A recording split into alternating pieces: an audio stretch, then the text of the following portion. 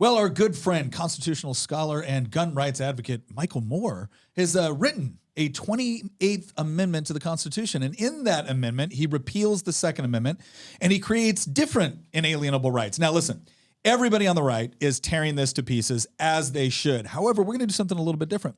We're actually going to go through each section of the amendment that he wrote so that you are equipped to argue against this in a way that is far more comprehensive, because here's the great part. Not only does this demonstrate, not only does this put on display that he has no idea why the Second Amendment was created in the first place, it also demonstrates that he has no idea how to write a law. And he's not alone. There's a lot of people that actually like this. So we're going to equip you with everything you need to be able to tear this down piece by piece, all coming up on this episode of Making the Argument. As we walk through Michael Moore's 28th Amendment, if you walk away understanding how to better make the argument for what it is that you believe, hope you'll let us know in the YouTube comments section and leave us a review on Apple Podcasts and Spotify.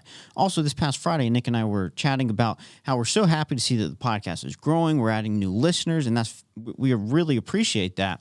But we were also frustrated by the fact that we don't have a great way to communicate with you all face-to-face, get the feedback on the arguments that we're making, and I have a solution for that we're going to be introducing next Tuesday, a week from today, and we look forward to joining you in this new platform that we are starting, and we'll talk to you then. All right, well, as always, I'm your host, Nick Freitas, member of the Virginia House of Delegates, and for the purposes of this conversation, I'll also mention I am the subcommittee chairman for Subcommittee 1 on Public Safety, which hears all of the gun legislation in the House of Delegates in the Commonwealth of Virginia. With us, as always, my beautiful bride, Queen of the Bees, Tina. Hello, everyone.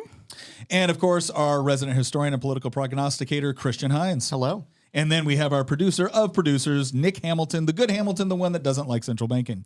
Always a pleasure to be here. All right, well, let's get right into this, because Michael Moore decided that with the whole discussion on guns and gun violence and public safety, what it really needed was Michael Moore's input.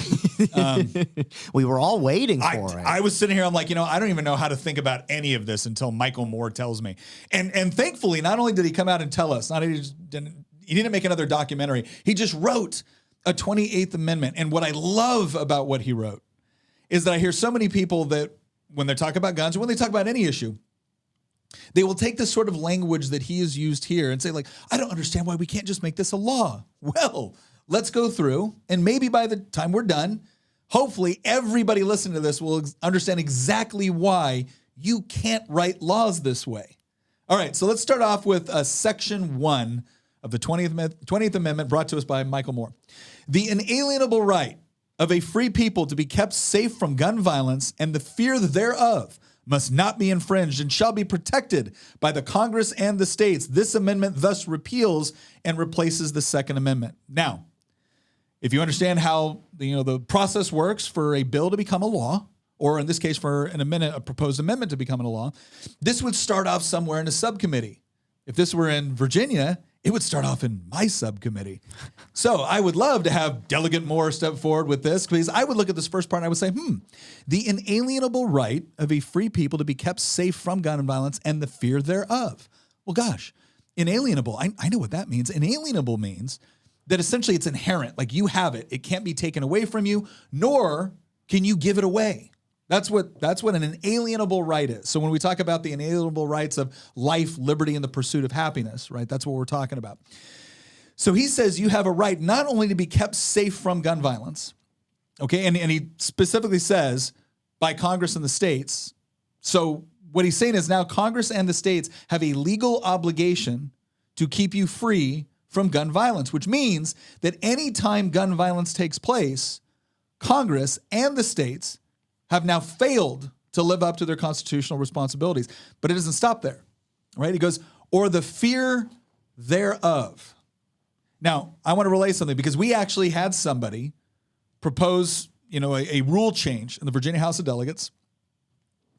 And the person that was proposing the rule change came over to me, and she's a Democrat. And she said, Nick, I have a rule change that's going to prevent anybody from being able to conceal carry in the gallery in the Capitol building. And she goes, I think you'll support that rule change. I said, yeah, I don't think I will. And she goes, well, Nick, you're a former Green Beret. You understand that you never want the enemy behind you and on the high ground. I said, yeah, but there's a problem with that. I don't consider my constituents my enemies. And she goes, well, wait, Nick, that's not fair. I said, well, that's kind of, She goes, so you're telling me that your right to have a gun trumps my right to feel safe.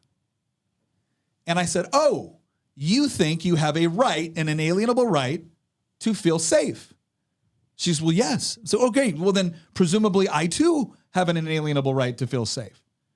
She goes, yes. I'm like, okay, great. I only feel safe if they can have guns. You only feel safe if they can't. So no matter what the government does, you've now trampled on this inalienable right that you've created out of thin air. Not to mention the fact that what if somebody, no matter what sort of restrictions you put in place, still doesn't feel safe? Does that mean you've trampled on their rights? Do you have to do literally anything that would make anybody feel safe about this particular issue?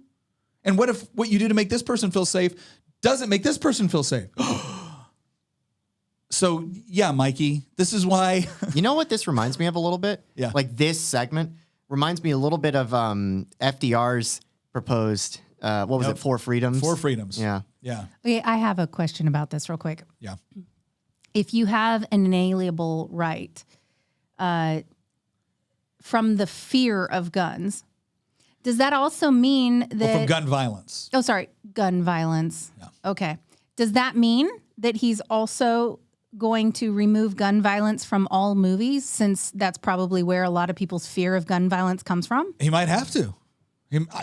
I mean, again, this is one of those things where people look at this and be like, yeah, you shouldn't be afraid. You shouldn't live in fear of gun violence. Okay, great. So that how do we practically apply this in such a way? How would we practically enforce this law? But I just thought, so right off the bat in section 1, we've created 2 new inalienable rights. You have an inalienable right to be free from gun violence and an inalienable right to be free from the fear of gun violence. Let's go to section 2. All right, so this is where he starts to get into explaining how he's going to do this. So Congress shall create a mandatory system of firearm registration and licensing for the following limited purposes: licensed hunters of game, licensed ranges for the sport of target shooting, and for the few who can demonstrate a special need for personal protection. Now, this is interesting for a couple of reasons. Again, I'm subcommittee chairman, Delegate Freitas talking today a little more. Now, you might point out, like, and this is what most people are doing on this. They're pointing out, it's like, okay, well, this guy clearly doesn't understand why the Second Amendment exists, because he's making this all about hunting or target shooting, and then he adds this little component in there for personal protection. But even then, that's an incomplete understanding of why the Second Amendment exists. And presumably you're having to go through this large process, right? Firearm registration and licensing. There's a lot of people that will look at it and say, well, that seems reasonable, until you understand that every single time, like, a government has come in and confiscated weapons, they've always relied on a licensing, or on a registration process first, because they got to know where they're at in order to get them. But then I like this: the few who can demonstrate a special need for personal protection. So he's already limiting in the law. He's already adding additional text into the law to suggest that this should only be a few people. Okay, a few people in one county, maybe a few people. In downtown Chicago, is it only a few people that have a special need for personal protection? Is it only politicians? Like, who are the few? It's probably just Hollywood. He probably just wants to make sure Hollywood is safe, since those are his people. The few are, as Tina said, those that can afford private security, and politicians.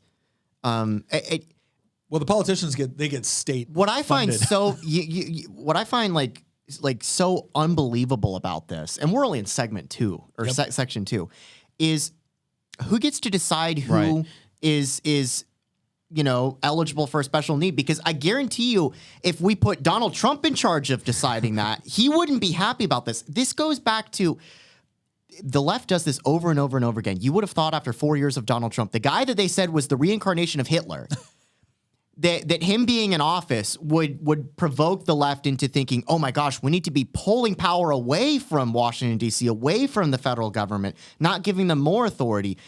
But no, you see it here. Again, like, it's almost like he didn't even think about who he's giving this authority to, probably because he's happy with the current powers that be. But imagine what happens when somebody gets into office that he doesn't really like. Well, that's always the case, and both sides do the same thing. And people like to point out, like, everyone's like, so people on the right will say, well, in the 1930s, Hitler registered guns, and they'll point out, like, no, he didn't. He only restricted gun ownership for certain groups. Yeah, that's the problem. Like the problem is that he had certain select groups that he denied the ability to be able to defend themselves. Gee, I wonder why that was. Yeah, he didn't restrict guns for the SS. Yeah. But so, and this goes into that. So again, you're looking at this going, okay, a mandatory system of firearm registration and licensing for the following purposes, blah, blah, blah. So he's leaving it open for these 3 small windows, right? Like if you're one of the few who can demonstrate to the government that you have a special need, and it's not just the government, right? It's whoever's actually processing your paperwork and whatever their particular sentiment is, Yeah. right? You know, hunters and then ranges of sport for target shooting. All who seek a firearm will undergo a strict vetting process with a thorough background check, including the written and confidential approval of family members, spouses and ex-spouses, and or partners and ex-partners, coworkers and neighbors. A mental health check will also be required. There will be a waiting period of 1 month to complete the full background check. So, just so we're clear, if you want to own it, if you're one of the people who are one of the few who can demonstrate a special need for personal protection, before you can get that firearm, you will wait at least a month, right? Actually, this is interesting because he said there will be a waiting period of 1 month. What that means is that if they go past a month, they violated the law. And I don't think he actually means that, but he's written the law so sloppily that is how it would be interpreted by a court. But in order to, so you've established, like I am potentially in danger, or I do something that could potentially put my life in danger. I need a gun. Here's your 1 month process. And in that process, the government, I guess, has to go through and check with your confidential approval. Yeah. Not confidential statements, which will be investigated. Confidential approval of family members, spouses, ex-spouses, partners, ex-partners, coworkers, and neighbors. So if you've got one neighbor, if your ex doesn't like you, I guess that trumps if you have a demonstrated special need for personal protection. Well, what does family even mean? Because they're getting to the point where you don't have a mother, you have birthing person. You're getting to a point where, oh, your family doesn't love you. We're your family now. So which family are you going to go to? What? Are you going to go to the people who are calling themselves your family because your real family has rejected you, or you have rejected your real family? Like, exactly who are they going to for this? Oh, I've got a question. What happens to the abusive ex-husband that says that he doesn't want his ex-wife to be able to own a firearm? Oh, yeah. He gets veto authority. He gets approval of family members, spouses, and ex-spouses. So if you left your husband because he was beating you and the children, and then you said, hey, look, I'm one of the few that can demonstrate a special need for personal protection because my husband is violent. He's not in jail. We're going through the process right now. And then the government says, okay, well, before we've established that you get this gun, we got to get his permission for you to get a gun. That's in the Constitution. Like, this is, okay, so. He wrote it, right? This is something that we're probably going to end up bringing up multiple times. The reason that there's only 27 amendments is because it's supposed to be really hard to amend the Constitution because the Constitution is the supreme law of the country. Yeah. And this guy has literally written into his proposed amendment, which, I mean, thank the Lord, this is never going to actually go into effect. But this guy literally wrote into his proposed amendment, this would have been enshrined in the Constitution if he gets his way, that would have enabled an abusive ex-husband, not even ex-husband, because it said partner, abusive ex-boyfriend, to veto the ability of a 20-year-old woman to be able to purchase a handgun to defend herself from him. Yes. And enshrine that into the Constitution.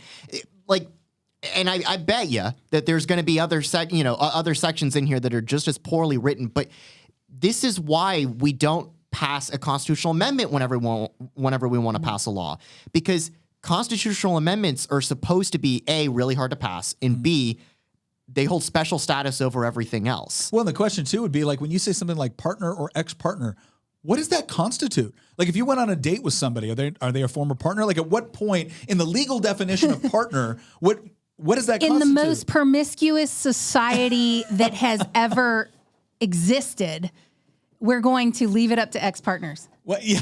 And then, so anybody that you met on Tinder now has veto power over whether or not you can own a firearm. I'd like to know about this whole mental check required, because in our society now, mental health, of course, you have the highest instances of mental illness, that society has ever seen.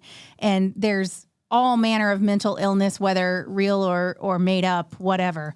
There is some real stuff, but then there's also a a lot of, here, give me attention stuff. So I'd like to know exactly who is coming up with the requirements for the mental health. Well, in this case, he's would it be authorizing it for Congress to come up with? But again, what's interesting about all this is that this language is so like neighbors. What constitutes a neighbor? Is it someone that lives directly next to you? Is it someone that lives an acre away? Is it everybody on your block? Like, what constitutes a neighbor? And all of those people. Okay, what if one of your neighbors is a former convicted felon? Or what if one of your neighbors tackles you when you're in the middle of mowing your lawn, like what happened with Rand Paul? Yeah. Does that person now have veto power on? Again, these are Delegate Moore. Can you please explain this scenario? Like, within the laws you have written it, would that not be allowed? This is worded worse than you're going to have to remind me who it was that proposed the assault weapons ban, and they wrote it. This was a few years ago.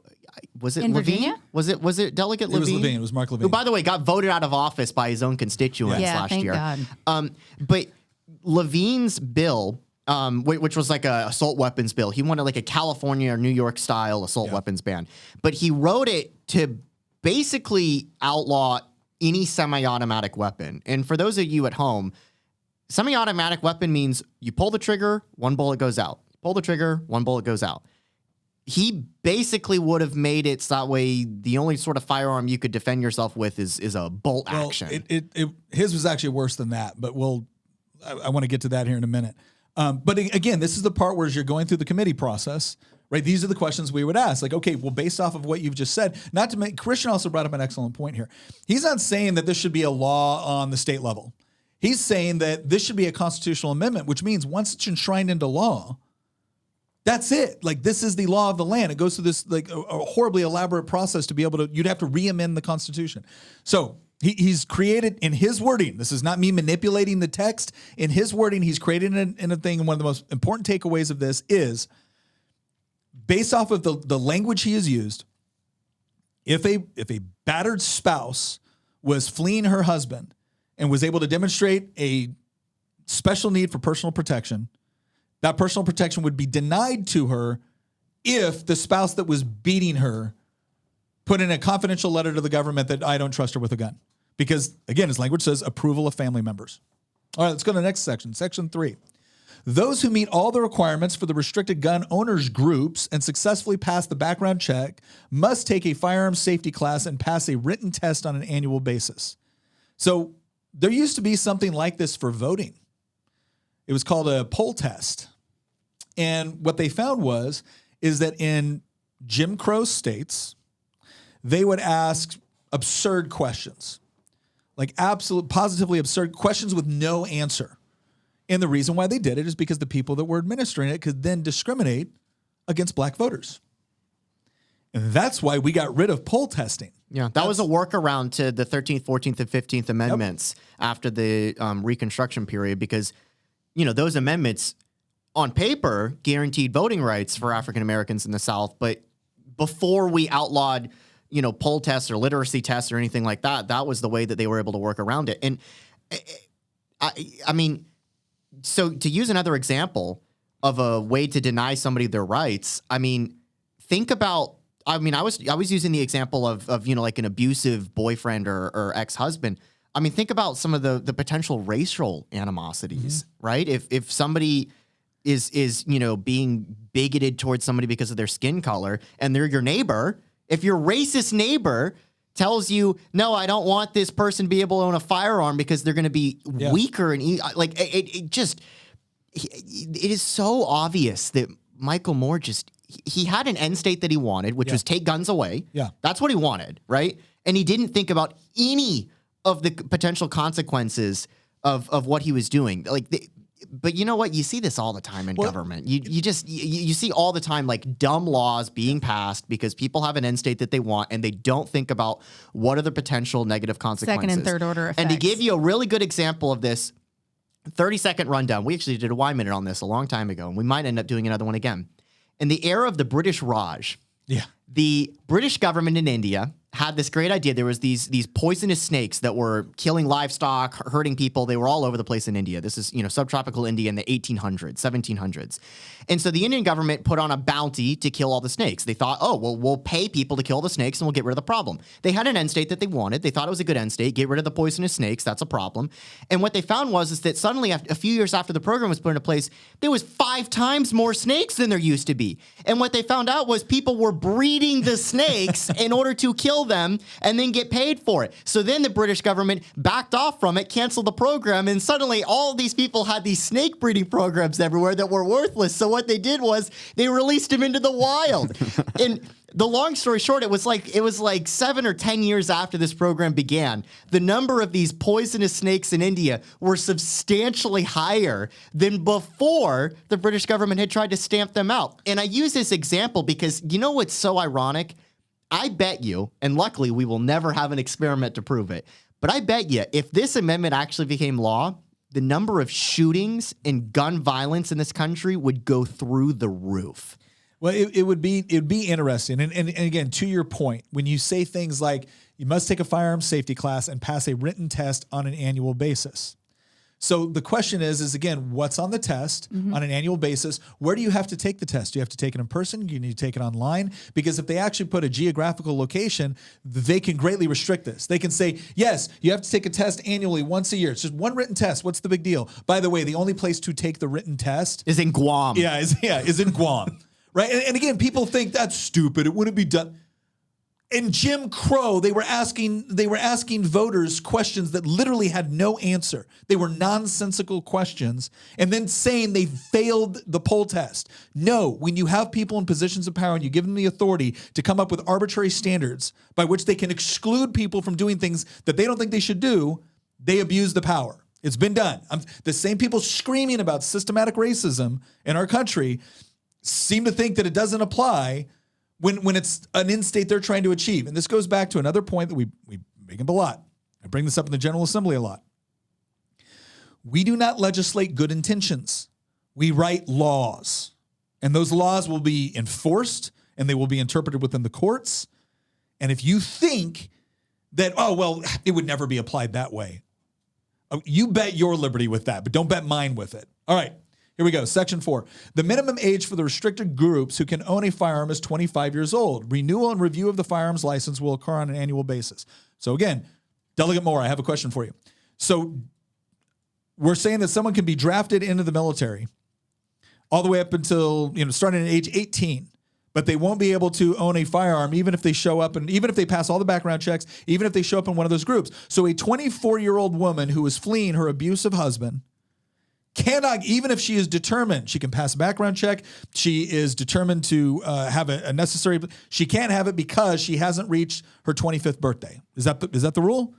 Can't any firearm whatsoever. Yeah. I think this is really rich coming from a Hollywood type because they're the ones that are always screaming about rape culture and all of this stuff. And one of the reasons why I love the Second Amendment is because it gives me the ability to defend myself against a stronger attacker or multiple attackers. And literally, I feel perfectly safe anywhere and everywhere I go, which goes back, of course, to that first section. So what I don't understand is, does somebody under 25, do they not get the right to feel safe from gun violence? Because how many women are raped every year? And let's talk about the age group. Are women under 25 not raped? I am so sorry, but to me, the Second Amendment is the great equalizer, and him removing this is a massive attack on women, to me. Well, and again, these are the same people that said that 1 in 4 women on college campuses. So we're talking about an age demographic that's under 25, right? Mm-hmm. Predominantly under 25-year-old women. None of them would have the ability. Forget it. Like constitutionally, they would not have the ability to own any firearm, or weapon, a single shot, whatever. Couldn't even. Nope. Why? Because they haven't reached their 25th birthday. That's it. No, you're done. So let's look at this next one here. All right. Let me see. Section. Where are we at? 5. Section 5. Yep. All right. Congress will stipulate and continually update the limited list of approved firearms for civilian use, including weapons in the future that are not yet invented. The following firearms are heretofore banned: all automatic and semi-automatic weapons and all devices which can enable a single-shot gun to fire automatically or semi-automatically. So again, as Christian pointed out earlier, for those of you who are not gun experts, automatic, or what they often refer to as fully automatic, is I pull the trigger once and I hold it and it continues to fire until I run out of rounds. That's automatic. That's automatic. Semi-automatic is one round every time I pull the trigger. The vast majority of firearms that people use for self-defense are semi-automatic handguns, right? That is the primary source. So those are all now banned. All of them are gone. They're banned. Any weapon that can hold more than 6 bullets or rounds at any time, or any magazine that holds more than 6 bullets. So So again, you've just outlawed almost every single rifle and almost every single pistol. Well, what's funny to me is that he outlawed semi-automatic, which would by default then outlaw you'd still magazines. have revolvers. Yeah.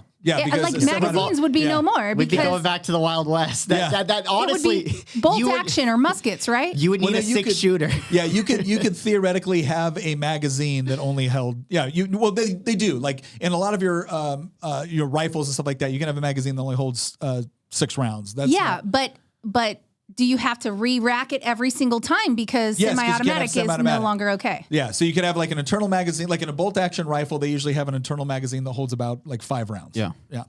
So basically, what he's allowing for here is like your bolt action rifle, a flintlock musket, right? A cap and ball musket. Not a whole lot. A revolver, right? That's what you can still have. That's what you can still have. All right. But there's more. There's now a third section. So what this also means is that presumably just owning a magazine that can hold over 6 rounds is now also illegal. All guns made of plastic or any homemade equipment and machinery or a 3D printer that can make a gun, wait for it, or weapon that can take a human life. You know what I love about this? I understand, again, this goes back into this guy doesn't know how to write a law. Nope. But almost every single modern gun has plastic in it. Yes. Well, it sounds like to me I also couldn't make a knife at home. Oh, no, you can't make anything. Again, Well, this is hold the on. part- That means they're outlawing any machinery or Yeah. equipment Yes. as well. It's not just the stuff you make from it. They're outlawing the equipment. So they're going to come to our house and they're going to take Luke's 3D printer. Yeah. Because he could potentially make a weapon with it of some sort. Yeah. So, and then the other thing too is a gun or weapon that can take a human life. I wonder if that Delegate covers Moore. a baseball bat. Delegate Moore, can you please explain to me what definition for weapon you are using that is capable of taking a human life? How about spoons and forks? I'm just saying. I mean, he'll probably die from the spoon All and that we're fork. asking for is common sense spoon control. Okay? We just need to create a national spoon registry. Yeah. And it goes even beyond that because like baseball bats, and by the way, they're not even talking about the weapons. They're also talking about the things that can make the a weapon. That's what I was saying. A lathe, right? It's Yeah, So like milling you're- equipment. You're talking about hammers. You're talking about like a lathe tool, can make a baseball bat. That's machinery, a weapon. anything that can like cut metal. Well, so the whole question here, right? The whole question that we would ask as a legislator is, what code section do I go to determine what a weapon is, right? Because that's what you do, and then so whenever we look at laws when we're going through this, and someone says weapon, we will go to the code section where weapon is defined in the code and figure out what they mean by that. Because what he just said was any homemade equipment and machinery or 3D printer that can make a weapon that can take a human life, which is literally just about anything. There's a lot of is now hammer illegal. companies that are probably going to lose all their equipment to make hammers. Well, and they would, again, the question would be is, do they have some sort of special definition that would exclude things like hammers or baseball bats or whatnot? They would say, well, this is some other tool,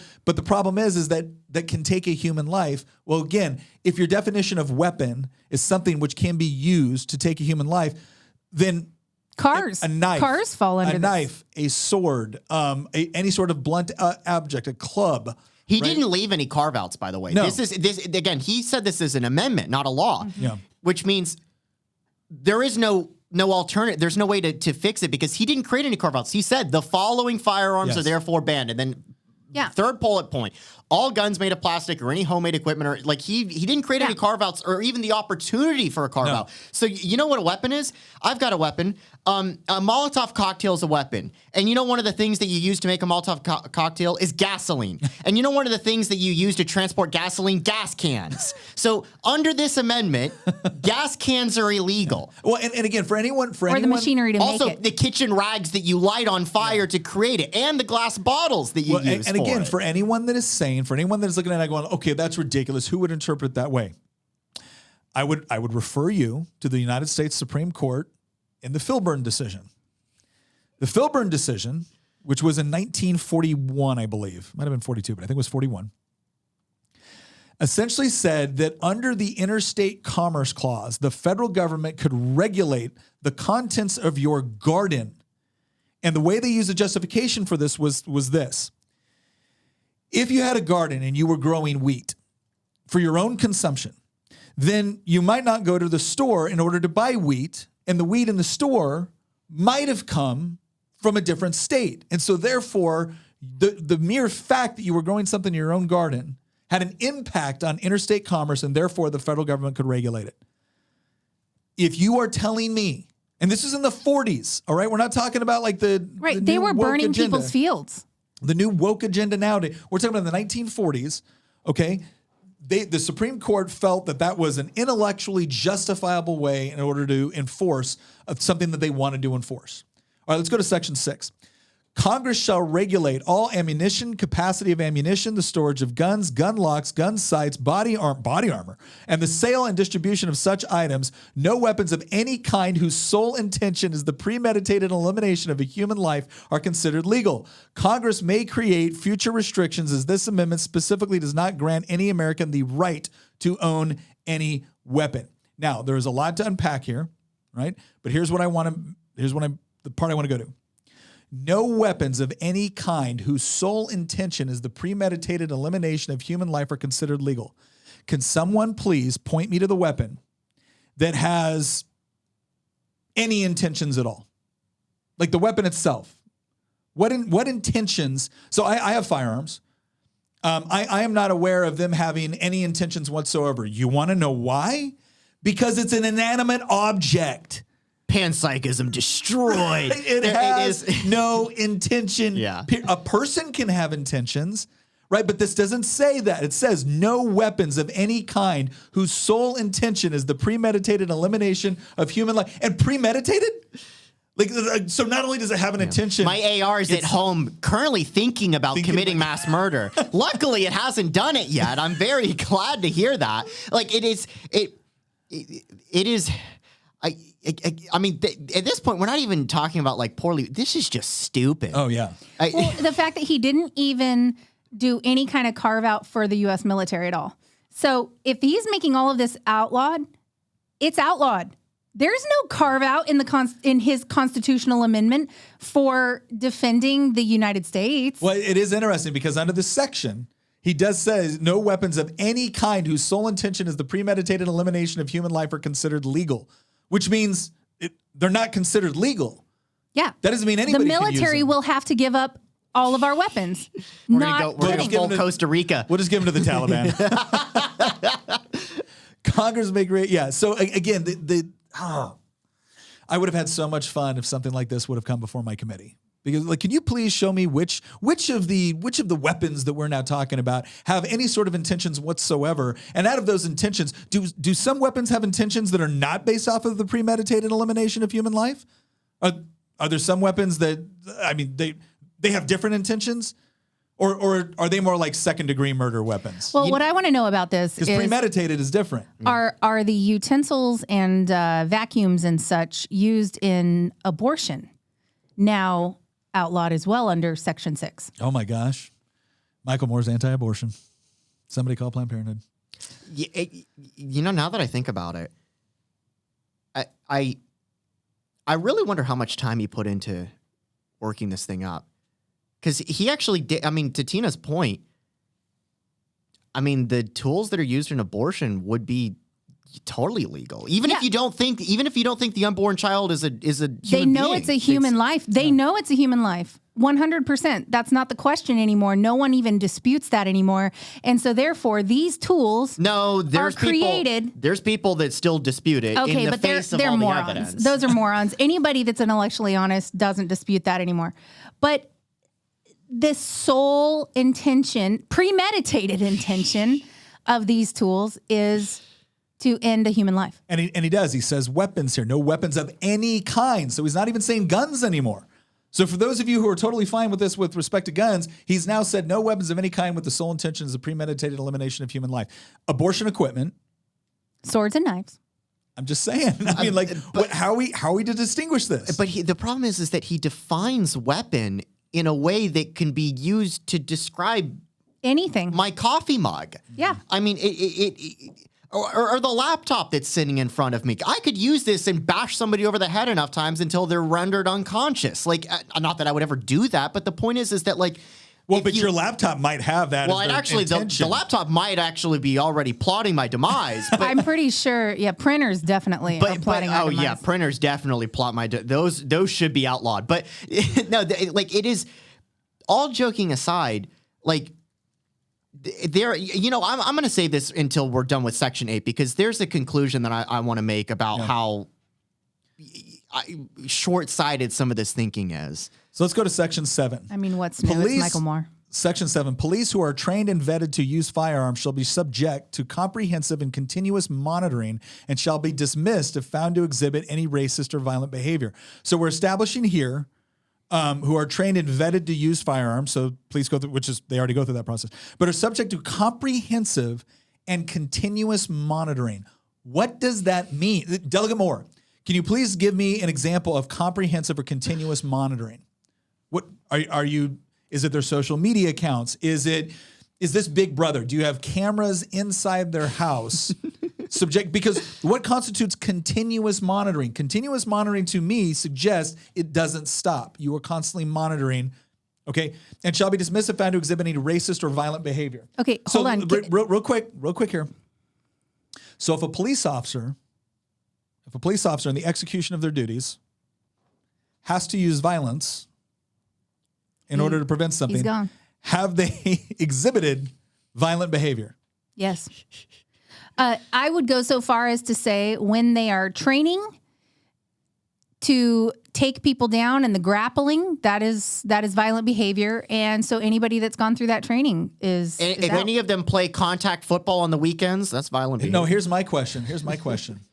So are the police that come to my house to confiscate my guns, if they use violence in order to confiscate my guns, are they now barred from being police officers? Yes. Because that's exhibiting violent behavior. According to Michael Moore. I'll be honest. Also, words can be violence also, according to the left. Like if they dead name me. Yep, that's violence. That's violent behavior. Violence. Misgendering.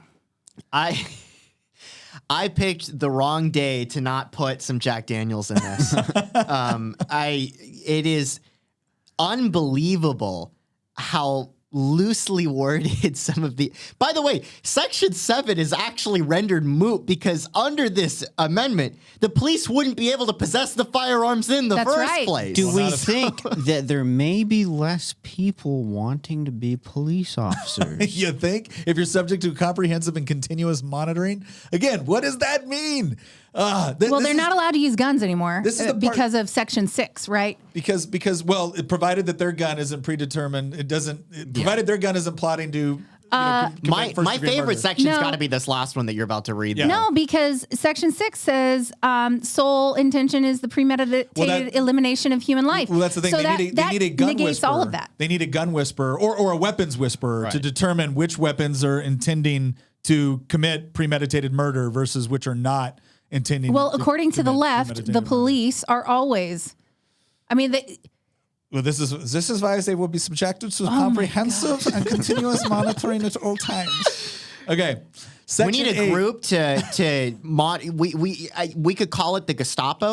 I've got a new name for this amendment. This amendment needs to be the Jobs Program Amendment Because think of all the new jobs in a massive bureaucracy that Michael Moore is creating out of this. Giant surveillance state. That's The for sure. ATF will grow. So Section 8, persons already owning any of the above banned firearms and who do not fall into the legal groups of restricted firearm owners will have 1 month from the ratification of this amendment to turn in their firearms for destruction by local law enforcement. These local authorities may organize a gun buyback program to assist in this effort. So, just so we're clear, if this amendment were to go into effect, you would have 1 month to turn in everything if you don't fall into one of those categories, or into any weapons that meet the restricted criteria if you do manage to fall into one of the categories. Which means they'll also be searching your house. And if you don't, local law enforcement will presumably come after you. So just with violent behavior. Just so I'm clear, the same amendment, which has said that I as a citizen have an inalienable right to be free from the fear of gun violence. Later on in the amendment says that if I don't hand over my property, You'll be subjected to somebody gun with violence. guns will come and potentially commit gun subject violence me on to you. gun violence. So basically, if this amendment were to go in effect, the only way that they could actually carry out the amendment is by violating the amendment. Is by violating your, what was it? Inherent right to Inalienable. be inalienable right. Oh, okay. To be free From the fear.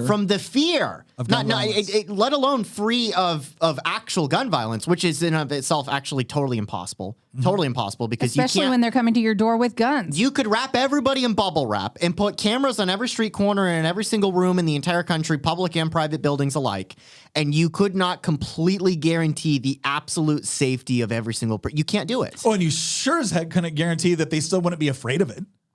Yeah, so you That's you right. that was the point that I was about to get to, that like you can't even keep people safe, let alone protect them from their own psychology of feeling unsafe. Yeah. I feel unsafe when I get on the road in DC.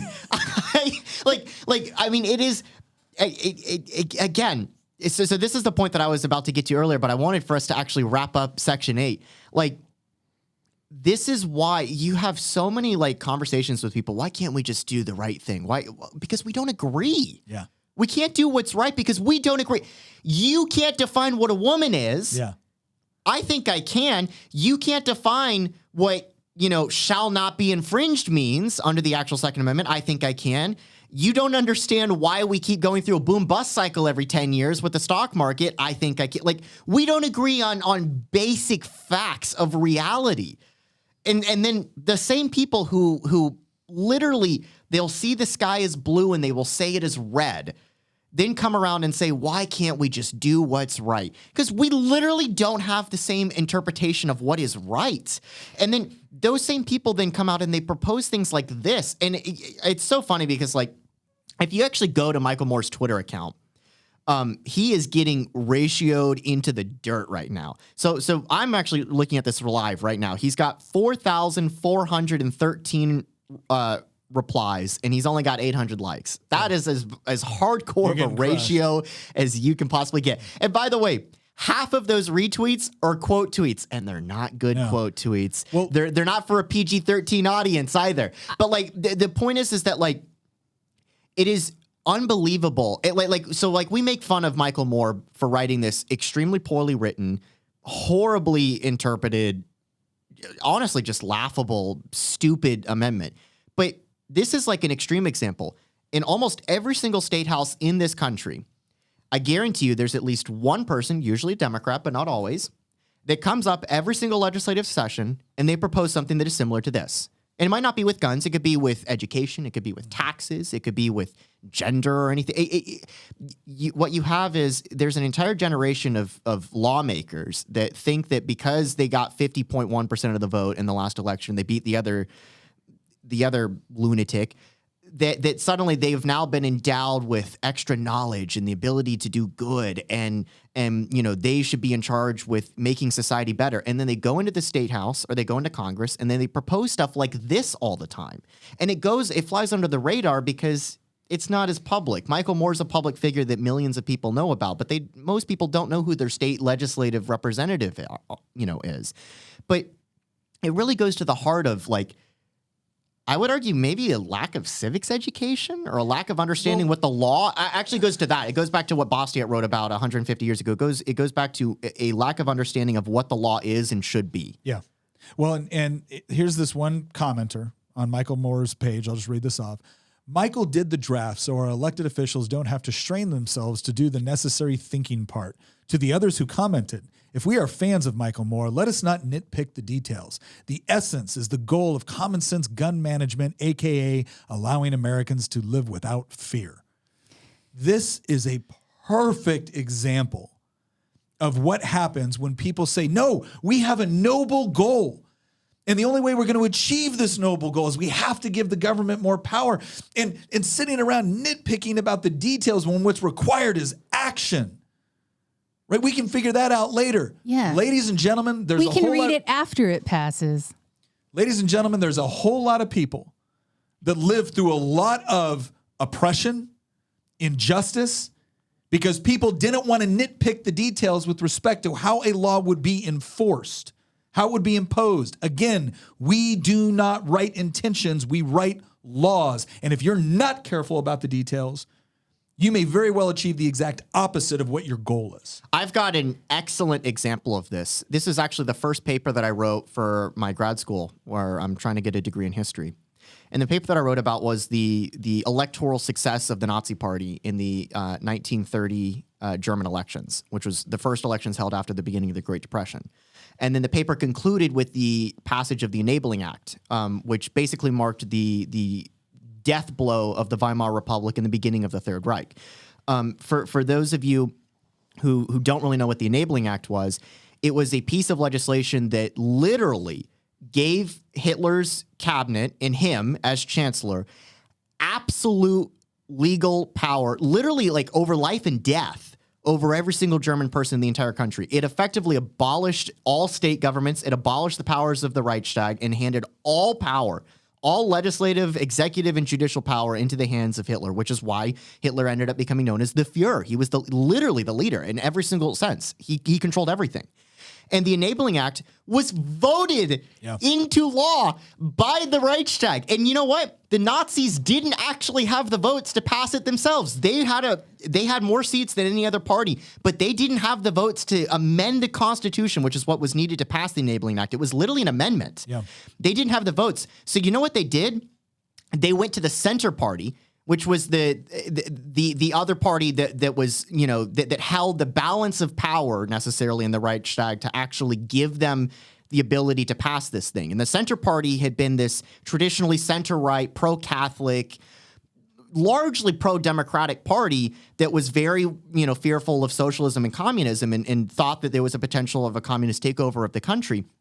And so Hitler's government went to the Center Party, went to people like Brüning and stuff like that, who had been champions of German liberalism, and I don't mean American style, I mean like classical liberalism before, and just fed them lie after lie after lie, and then gave them a bunch of promises that, oh, well, it's not going to do this, it's not going to do that, we're going to carve out protections for you and your party and everything. And the Center Party ended up voting in lockstep for the Enabling Act, and almost every single one of those people ended up regretting it, many of whom regretted it to the grave. Mm-hmm. And it is a perfect example, especially considering the promises were all words, or all written on paper. None of them were held up. Yeah. And all of the legal protections and everything that the Nazis said that they would give, none of that happened. In fact, it was just a few months after the Enabling Act was passed, the Nazis outlawed the Center Party and literally banned it. And it is like the most extreme example I can think of somebody being fed a narrative and then voting for literally their own demise. Mm-hmm. And again, it's an extreme example, so I'm not saying that everybody that does the same thing is literally Hitler, right? I'm not using the argument that you see all the time on the internet that anybody that disagrees with me is literally Hitler. Obviously, that's not the case. I don't even think Michael Moore is literally Hitler. I just think Michael Moore is an idiot. But like my point is that this is why we have to be careful about what we pass into law, let alone what we pass into the Constitution. I have seen that. I have had this pop up with my own side. There have been times where people on my own side, right, wanted to respond to something. And they had a justified reason why they wanted to respond to it. And then I looked at the language of what they were trying to do. I said, do you realize if we vote on this, you're not just going to get this, you're going to get this, this, and this. Well, I just think we need to do it. No. Was there any way we could? Yeah, if you amend this, if you take out this, if you do this, then I can support this. But you're saying that the only way that we can get to the issue that you want to get, or the thing you want to protect, is by allowing this wide open door for a government abuse. And I will not accept that. And it's interesting because you will create some powerful enemies on your own side, but that's our job is to look at this and recognize that at the end of the day, again, the government is going to use violence, or at the minimum, the threat of violence, to impose this. I say this repeatedly. Whenever a politician says all we're asking, they're not asking you anything. They're demanding. They are demanding, and they will punish you for noncompliance. So yeah, we should be careful about what we put into law, because we should all have a good understanding of the violence that will come with it if someone violates it, even if they violate it accidentally. Yeah. Can I point something out real quick?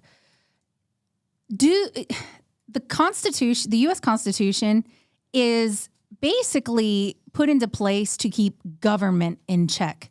This would be the first time I have ever seen something.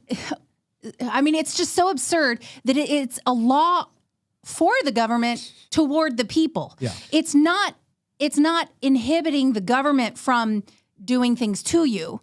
It's inhibiting you from being able to do things, and it's enabling the government to do things to you. I mean, it's insane to me, which because is the antithesis of everything that the Constitution purpose of the Constitution is to keep the government in check. Yeah. No, and you're absolutely right. The other blatant one that I will point out was the 16th Amendment. The 16th Amendment of the Constitution is when the federal government could raise a federal income tax against you. That's the one exception I can think of. But you're right. In every other case, when we look at amendments to the Constitution, certainly when we look at the first 10, right? But especially the 13th, the 14th, the 19th.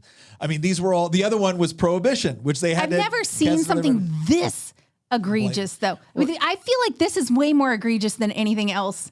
Federal income tax and prohibition were pretty bad. Those were pretty bad. This would be up there. Yeah, were they sending people to, I mean, like, did it actually lay out that they could send people to kick in your door and take things from you? The interesting thing with all of this is that you will have legislation, and then a lot of times what they'll do, and this is also a frustrating point, is Congress or your state legislature or whatever it is will pass a law, and because they recognize that carrying out the law is going to be difficult, right? And you can't put everything in a code section. They allow the federal agency or the state agency to create regulations and processes for enforcing it. And there's a reasonable way to do that, and there's an unreasonable way to do that. But he maps out how to enforce it. But he's mapping it out and like I said, the language is so sloppy that he's actually achieving the opposite of what he wants to achieve in certain areas. And you got people reading this going, well, let's not nitpick the details. Okay, you're going to be thrilled about that when a judge comes in and decides that, you're in a lot more trouble than you thought you were. But again, that's part. The reason why I wanted to go through this is I didn't want to just use this as another opportunity to talk just about the Second Amendment, right, or just to talk about gun rights. This is important for people to understand on a more fundamental level with respect to how legislation is crafted. Sure. And the potential unintended consequences or second and third order effects of poorly written legislation. And then the approach that we should use whenever we look at something like this is never what's the noble intention. Right? If you're looking at it purely from the perspective of what's the noble intention someone is trying to achieve, you could vote for anything. You should be looking at it as what is the potential for this to be misused by somebody in power that doesn't have the same intentions you do. Well, what I find to be so frustrating about this is Michael Moore, when he was writing this, probably understood that this would never see the light of day in actually becoming an amendment. Maybe he thought it would, maybe not. But all of his supporters are now going to go around and say, I support Michael Moore's 28th Amendment. It's like the Green New Deal. This is Good. I hope they all run on this. I hope every Democrat runs on this. Honestly, I don't, because I'm starting to get worried that people are not doing, like, the whole reason that we do this podcast and the whole reason that you do what you do, Nick, is because there is, I feel like, a hunger for real information and not just the surface level iceberg, like what I always like to call like the tip of the iceberg. And there's so many people out there that only have an iceberg tip understanding of things that are really important to preserving not just our way of life, but like our literally our freedom, and understanding how our government works and how laws work and what are the consequences of certain actions or certain lines of thinking. We've done so many episodes about economics, but it's more than just economics. It's about individual rights too.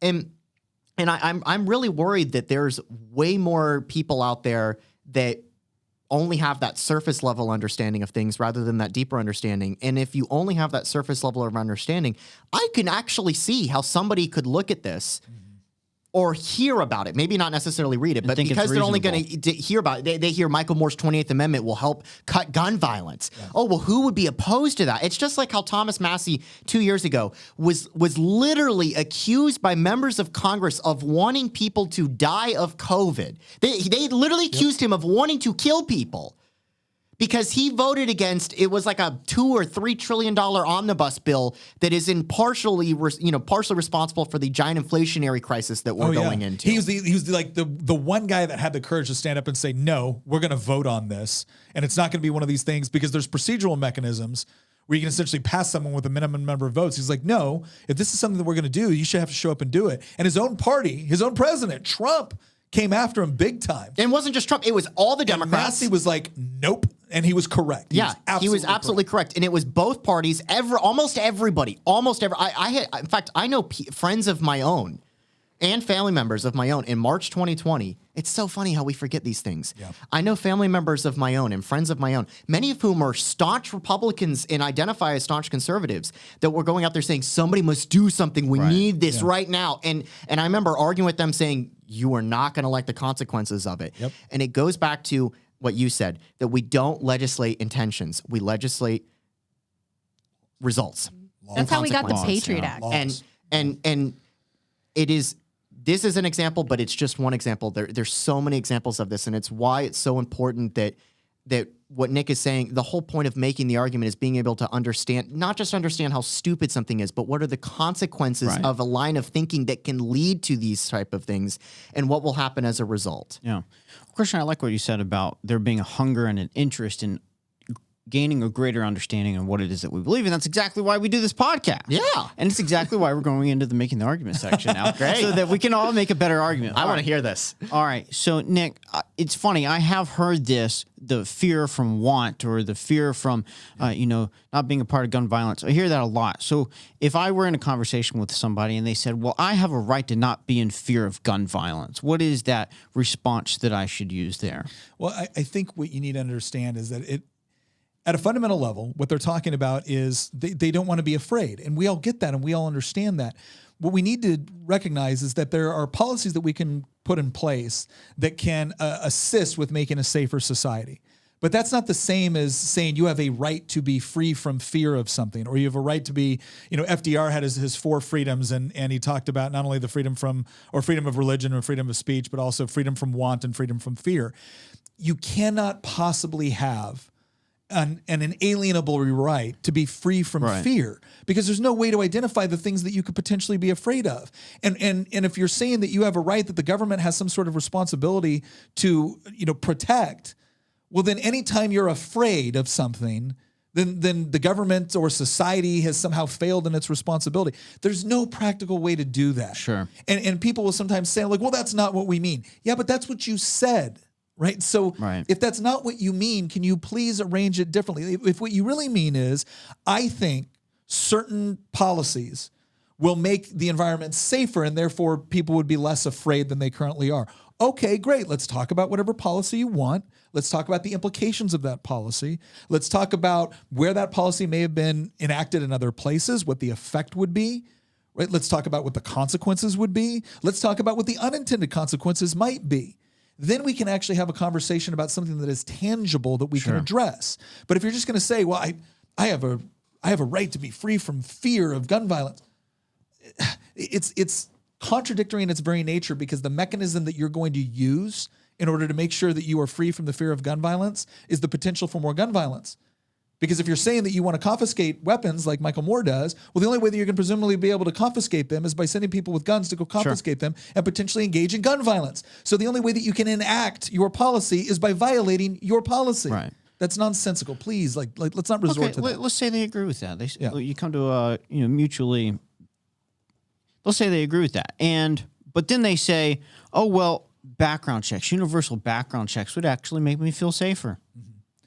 And then the point you say is like, okay, well, we already do background checks for gun purchases in the United States. And people say, well, yeah, but you can do these, you have gun show loopholes and things like that. If you're buying a gun from a licensed dealer at a gun show, they still go through a background check, right? The difference is that if I'm giving a gun to my child, they don't got to go through a background check for that. Okay, so if you're saying that you want to do that, this is where they talked about universal background checks. If you want to impose that, well, then the only way you could enforce it, because that's one of the things we look at. Yeah. It's not just what you hope will happen. It's how do you ensure that that thing will happen? That's your enforcement mechanism. The only way you can have, quote, universal background checks is if you have universal gun registration. Mm-hmm. Because I don't know if you gave a gun to your friend, or I don't know if you gave a gun to your child, or who your adult child, right, is what I mean by that. Like, I don't know if you've done that. So the only way that I can enforce that is if I have universal gun registration. Well, every country that is engaged in universal gun registration has then gone to gun confiscation. And so now we have to look at those unintended consequences. Now, if you're saying, well, I don't care if we eventually move to universal gun confiscation. Well, I do. So I'm not going to let you have the mechanism that makes it easier to go to that. So we're not going to reach agreement on that. Not to mention that universal gun registration would make Michael Moore's 28th Amendment a lot more feasible in execution. Yeah. Moving on to wait periods. So, Nick, what if wait periods would make me feel safer? Well, again, to some degree, we already have waiting periods. But the other question is this, or in two things. One, if we're talking about something that if your self-defense is an inalienable right, it's a right enshrined in the Constitution. Well, then we get a little bit tense whenever we start coming up with some sort of definition or rule, or some sort of ability for the government to come in and say, you're not allowed to exercise this right for this number of days or this time period. Now, again, there's a lot of states that have actually imposed waiting periods. The question is has that resulted in less gun violence? In fact, some of the cities and places in the United States with the strictest gun violence have had the worst cases of gun violence. So clearly what they're doing is not necessarily working. But I would just say that, again, is it a waiting period? Or is it, if I'm a law-abiding citizen and I've done nothing wrong, why do I have to wait a government-specified amount of time in order to exercise my liberties? Right? And if I do in this case, theoretically, what are the other cases that you might potentially make me do that? And again, this is where it goes into the whole slippery slope idea, which, some people will say, well, slippery slope's a logical fallacy. Slippery slope's a logical fallacy if you're essentially assuming that everything will go in a particular direction. But when you have a long case history to look at, to say that, okay, well, when you started off with this waiting period and it wasn't enough, you went to a longer one, and then you went to this one. And then when you still weren't achieving the results, you never came back and said, you know what, this didn't actually work, so we're going to repeal it. You just asked for more. And again, that's why there's this mistrust, as Christian likes to talk about, whenever we have these conversations. And again, that's why I think it's problematic on one level to say, before you can exercise a fundamental right to be able to defend yourself in an effective way, you have to go not only through a background check, but then the government's going to make you wait. Okay, well, again, looking at the scenario, what if it is the battered spouse whose husband has threatened to kill her, right? You still have to go through due process of law. You can't just lock him up necessarily, right? You got to go through that process. But in the meantime, she wants to be able to defend herself. You're going to make her wait 3 or 4 days? Right. Now, here's my question. And this actually goes to a lot of other areas of this debate. And it's about understanding the fundamental nature of what government does, what it can accomplish, and what it cannot accomplish. This is one of the most important questions anybody can ask somebody when this debate comes up. You could ban all the guns tomorrow, right? You can make all the restrictions you want in the world. What you hope will happen is that there will be less people misusing firearms in order to commit acts of violence or criminal activity. But all you're guaranteeing is you will have made it more difficult to get firearms, and that will disproportionately affect law-abiding citizens, people that have no desire to commit a criminal act. It will disproportionately affect them over criminals. So now you've created an environment where it's more difficult for me or more difficult for that person that's vulnerable to be able to defend themselves. If that person now lacks the means to defend themselves because of the policy you supported, do you bear any responsibility for what happens to them? Because there's a big difference from saying, look, we can't police everybody all the time and all of their activities. Nobody would want to live in that sort of environment. But there is something to be said when the government proactively acts in such a way that prevents you from being able to provide for your own security. Again, the government can't have an obligation to protect everybody at all times and all places. There's no practical way you could achieve that. But when the government proactively works to prevent your ability to defend yourself, it bears a special burden for the responsibility of what happens in that moment. Well, I think the biggest difference between those on the left who would seek to put more restrictions on firearms and those of us on the right who see those restrictions as unconstitutional is one side trusts the government. And we don't. No, well, and they don't have a great track record. It's what I said earlier. They don't trust the government so much as they trust their side to always be in control of the government, because these are the same people that spent 4 years saying Trump was a fascist dictator. But again, did they learn any lesson? Did any Democrat go into, and I hate saying Democrat because again, I have plenty of problems with plenty of Republicans too, but did any of those people that said, oh, we're one election away from turning into Nazi Germany, and we need to, apparently, who knew that you could defeat a fascist dictator at the ballot box? I didn't know that was even possible. But, like, did any of those people go into D.C. and say, all right, now we're going to pass all these bills to restrain the power of the presidency and restrain the power of the federal government and all the executive offices that answer the No! These same people went in there and said, we need to give more power to Biden, who doesn't even know that he's president right now. They called for impeachment. It blows my mind that the same people that went out there and for years told us Trump is going to destroy our democracy, he's going to become a dictator, are the same people that, by their own logic, are trying to supply the rope that will be used to hang themselves.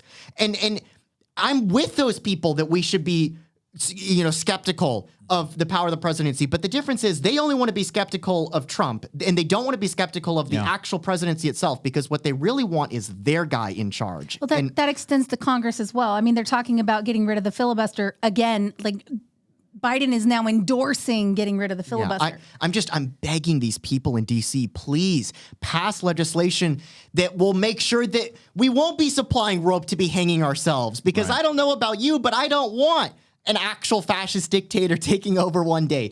But you know what? If we keep putting power, if we do stuff like this and we keep putting more power in the hands of the federal government, we should be very, very worried about what the future will have in store, because one day, and I don't think we're actually at that point, but one day we could get somebody in office, and I don't know what their party label will be. I don't know what type of person they'll be, but one day we could get somebody in office that does have really, really bad intentions for everybody. And again, every single time I'm trying to fight for making sure that never happens, there's always somebody on the left that votes against it because they always want their guy in charge. Yeah. And that's the biggest difference between the left and right. Somebody on the right who understands this stuff understands that, no, we shouldn't be fighting to get our people in charge so much as we should be fighting to make sure that no matter who's in charge, they can't hurt you and take away your rights and liberties and your ability to live your life the way that you want to, so long as you're not infringing on somebody else's right to do the same. Because the real goal of a free people should be to strip the government of powers it should have never had, rather than simply bicker about who will wield it. Exactly. All right. I think that's all the time we got. I want to thank you guys for joining us. Again, leave us a comment. Let us know if this was helpful. Michael Moore's 28th Amendment broken down on this episode. Once again, we will see you next time, and thank you for joining us.